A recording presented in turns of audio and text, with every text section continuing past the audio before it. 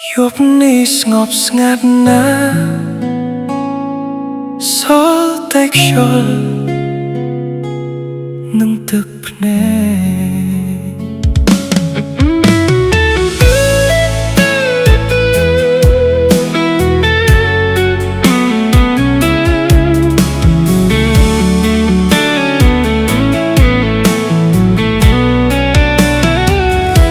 យប់នេះខ្ញុំយំអ្នកឯងក្រោមពន្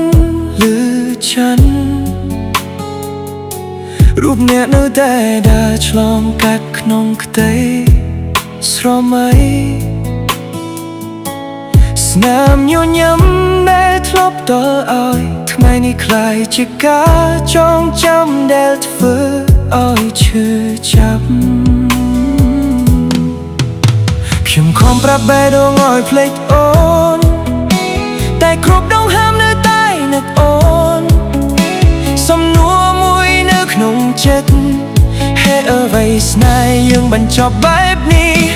យប់នេះខ្ញុំយំព្រោះនឹងអ្នកខ្លាំងពេកសំឡេងដែលនៅលើក្នុងបេះដូងរាល់វិនាទីទោះដឹងថាអ្នកលែងត្រឡប់ខ្ញុំនៅតែរងចាំដោយគ្មានសង្ឃឹមទឹកភ្នែកហូរមិនចេះអស់ព្រោះមនុស្សដែលខ្ញុំស្រឡាញ់លែងនៅក្បែរខ្ញុំទៀតហើយ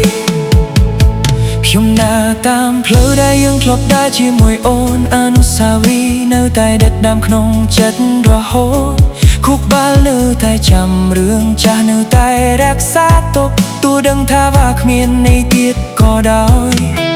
បើថ្ងៃណាអ្នកនឹកខ្ញុំរំលឹករឿងចាស់ខ្ញុំធ្លាប់ស្រឡាញ់អ្នកអស់ពីបេះដូងហើយទោះពេលវេលាផ្លាស់ប្ដូរក្តីស្រឡាញ់នោះមិនដែលคล้ายឡើយ